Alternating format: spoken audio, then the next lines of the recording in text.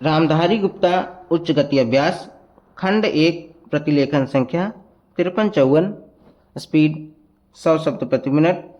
Ready start. महोदय, हम सभी इस बात के शिकार हो जाते हैं कि अपने दलगत स्वार्थ में आकर गलत काम कर बैठते हैं। कभी भाषा और कभी किसी प्रदेश के स्वार्थ में ऐसे प्रश्न उठते हैं जो हमारे राष्ट्र की एकता को कमजोर करते हैं। अभी एक माननीय सदस्य ने यह प्रश्न उठाया और आरोप लगाया कि भारत सरकार कुछ प्रदेशों के साथ इंसाफ नहीं करती। भारत सरकार कुछ प्रदेशों के प्रति पक्षपातपूर्ण नीति अपनाती है।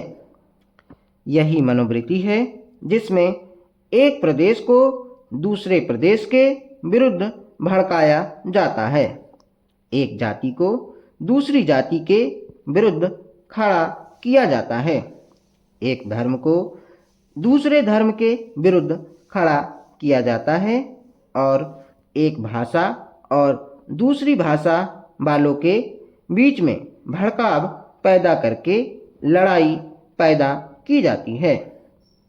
यही मनोवृत्ति है जिसको हमारे विरोधी दल के बहुत से लोग भड़काकर पैदा करते हैं। उनकी अपनी गलत नीतियों के कारण विशाल दृष्टिकोण नहीं होता है और वे ऐसे प्रश्नों को उभार कर अपना स्वार्थ सिद्ध करते हैं। स्पष्ट है कि ऐसे समस्त प्रश्नों का परिणाम हमेशा बुरा होता है। इसलिए मैं सभी राजनीतिक पार्टियों के नेताओं से अपील करना चाहूँगा कि जो प्रश्न हमारे देश के सामने हैं और जिन पर हम सबको चिंता हो रही है तथा जिनका हल निकालने की हम कोशिश करते हैं, उन तमाम प्रश्नों के ऊपर हम ठंडे दिल से विचार करें। श्री वाजपेयी ने एक अच्छी बात कही। उन्होंने कहा कि इन प्रश्नों का हल सड़कों पर नहीं होगा। मैं भी उनसे इस बात में सहमत हूँ कि इन प्रश्नों का हल प्रजातांत्रिक ढंग से ढूंढने का प्रयत्न करना चाहिए। हमें इनका हल प्रजातांत्रिक व्यवस्था के अंदर करना होगा। सड़कों के ऊपर इन प्रश्नों का हल नहीं हो सकता है। राजस्थान के अंदर जो अकाल पड़ा हुआ है और लोग मर रहे हैं, उसकी तरफ चिंता नहीं हो रही है। अब राजस्थान में जो संकट है और इस तरह के जो दूसरे प्रश्न हैं, उन पर हम लोग एक साथ बैठकर गंभीरता से विचार करें और उनका हल तलाश करें। खाली इस तरह से आरोप लगाने से और उपदेश देने से काम नहीं चलेगा। इस देश के अंदर बंगाल में बाढ़ से जनता पीड़ित हो रही थी और उसको अनाज, कपड़ा और जीवन की रोज़मर्रा की आवश्यक सामग्री भेजने की कोशिश हो रही थी। महोदय, उस जमाने में रेलवे कर्मचारियों को भड़काकर के हड़ताल करना और फलस्वरूप एक ऐसी व्यवस्था पैदा करना जिसके कारण बंगाल के पीड़ित लोगों की सहायता न की जा सकी, उचित कार्य था। लेकिन यह कार्य मेरे घर के भाइयों ने किया था। मेरा कहना है कि केवल उपदेश से काम नहीं चलता है। जब ऐसे प्रश्न आएं तो उपदेशात्मक भाषाओं में ही फंसकर न रहा जाए, बल्कि आवश्यकता है कि ऐसे प्रश्नों पर सारे राजनीतिक दल देश हित को ध्यान में रखते हुए संजीदगी से विचार करें और उन सब का हल तलाश करें। आज श्री वाजपेयी ने प्रधानमंत्री पर कुछ आक्षेप किए। वे बड़े गुस्से में थे और इतने क्रोध में थे कि उन्होंने अपने मस्तिष्क का संतुलन खो दिया था।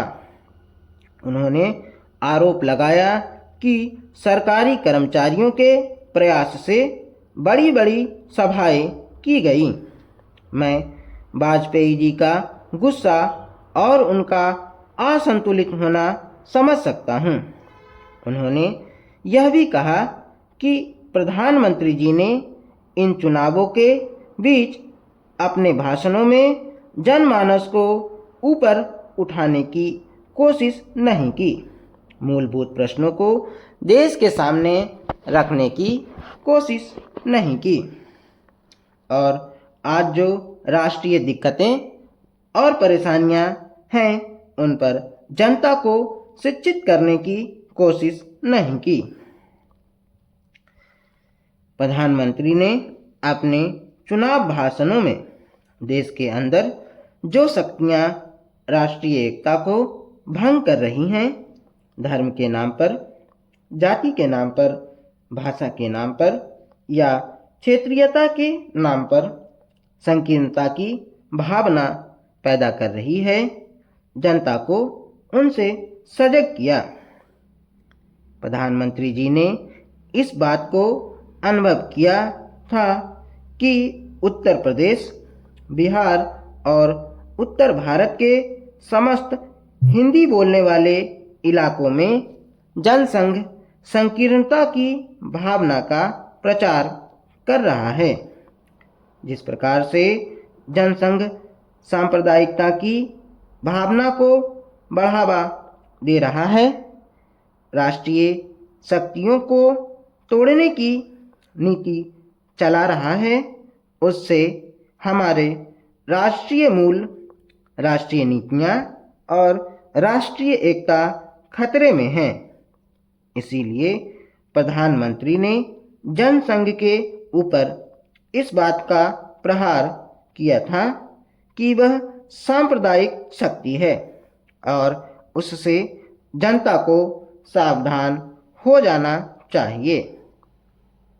आज जो वाजपेयी जी का गुस्सा है उसको हम समझ सकते हैं।